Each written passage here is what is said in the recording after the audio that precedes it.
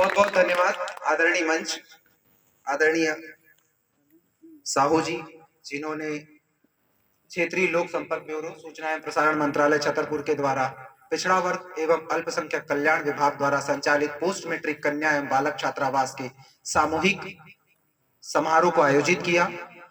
मैं उन्हें बहुत बहुत धन्यवाद देता हूं। साथ ही मैं मंच पर पदासीन आजादी की लड़ाई में लड़े एवं आजादी से जुड़े हुए आदरणीय सम्मानित मंच को, साथ ही साथ मैं बधाई देना चाहता हूं आप सभी लोगों को और शुभकामनाएं देना चाहता हूं उज्जवल भविष्य की। जो युवा लोग मेरे सामने बैठे हुए हैं, परिषद कला परिषद के कलाकार लोग, आदरणीय रेहाना मैम, आदरणीय यादव सर जी को बहुत बहुत बधाई। आदरणीय रेहाना मैम ने इतने अच्छे से, इतने सुशिक्षित तरीके से बालिकाओं को शिक्षित किया, उन्हें बताया, उन्हें समझाया, रंगोली प्रतियोगिता में उन्हें कैसे रंगोली मनाई जाती है, कैसे उसे बनाया जाता है, कैसे सजाया जाता है। प्रथम, द्वितीय और तृतीय पुरस्कार की प्रतियोगिता को बहुत ही स्वच्छ तरीके से आयोजित किया। साथ ही साथ उन्होंने ड्राइंग प्रतियोगिता को भी बहुत अच्छे तरीके से आयोजित किया। इसके लिए मैं उन्हें बहुत बहुत धन्यवाद देना चाहता हूँ। खासकर आप युवा साथियों के लिए मैं यही कहना चाहूंगा कि आने वाला जो भारत है, 21वीं सदी का तो भारत है। वैसे आप लोगों को बताना चाहूंगा कि एशिया नहीं, पूरे विश्व में भारत सबसे युवा देश के रूप में जाना जाता है। 21वीं सदी का जो भारत है वो भारत के लिए है, भारत के युवाओं के लिए है, भारत की युवा शक्ति के लिए है। वैसे आप लोगों को एक और बहुत अच्छी बात भी ये बताना चाहूंगा मैं कि भारत में जो नारी पैदा होती है उसे हम भारतीय नारी के रूप में जानते हैं। भारतीय नारी किसी भी मायने में अपने आप को कम नहीं आती है।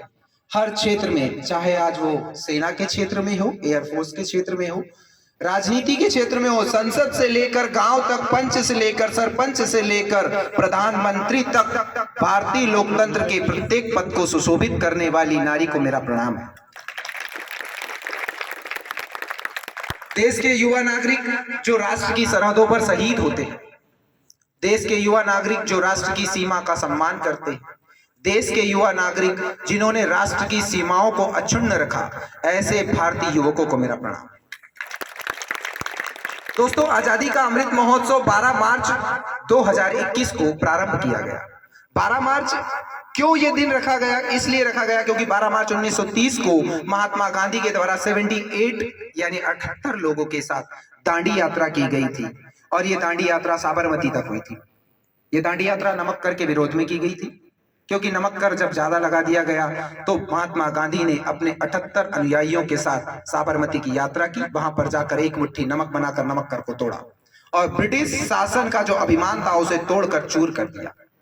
नमक, कहते हैं कि नमक हलाली आवश्यक है, तो गांधी जी ने इस देश की नमक हलाली। उन्होंने इस देश के युवा को राष्ट्र के लिए आगे बढ़ने के लिए समर्पित किया, अहिंसात्मक रूप से आजादी दिलाई। किंतु केवल ये अहिंसात्मक रूप से आजादी मिल जाए, चरखे से आजादी मिल जाए, ये आवश्यक नहीं था।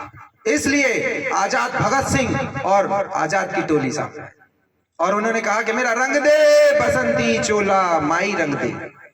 अर्थात भगत सिंह जैसे शहीद युवाओं के खून से भी इस आजादी को रंगा गया।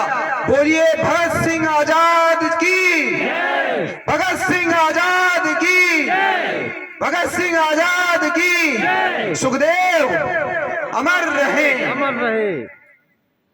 मैं भगत सिंह जी का पुजारी हूं, मैं आजादी का पुजारी हूं, मैं युवाओं का पुजारी हूं, मैं युवा शक्ति का पुजारी हूं, किंतु आजादी में शहीद हुए उन सभी व्यक्तियों का मैं तहे दिल से नहीं, कोटि कोटि नमन करता हूं, जिन्होंने इस देश को आजादी दिलाई, इस देश की आबो हवा को आजाद किया।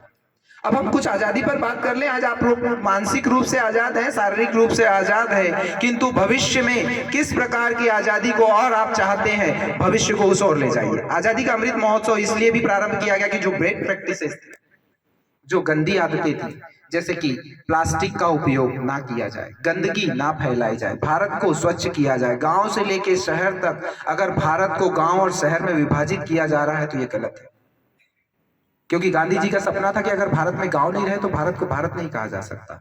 इसलिए गांव का रहना जरूरी है, गांव को स्वच्छ रखना जरूरी है। गांव की ही विचारधारा अगर शहर तक जाएगी और शहर की विचारधारा अगर गांव तक आएगी और एक सूत्र में अगर भारत को पिरोया जाएगा, तभी तो हम कहेंगे भारत माता की जय। भारत माता की जय। वैसे तो आजादी के बहुत सारे सूत्रधार थे, बहुत सारे आजादी के कलाकारों के बारे में, आजादी और स्वतंत्रता सेनानियों के बारे में सम्मानित मंच के द्वारा बताया गया। फिर भी मैं यही कहना चाहूंगा कि आजादी का जो मूल उद्देश्य था वो ये था कि मेरे भारत माँ की पैरों में जो बेड़ियां डली हैं वो पुनः ना पड़े, तो वो ना पड़े उसके लिए आपको इस देश के लिए काम करना होगा। इस देश को कई जातियों में, लिंग में, धर्म में ना बांटते हुए इस देश को केवल हिंदुस्तान बनाना होगा और फिर कहना होगा कि सारे जहां से अच्छा हिंदुस्तान हमारा।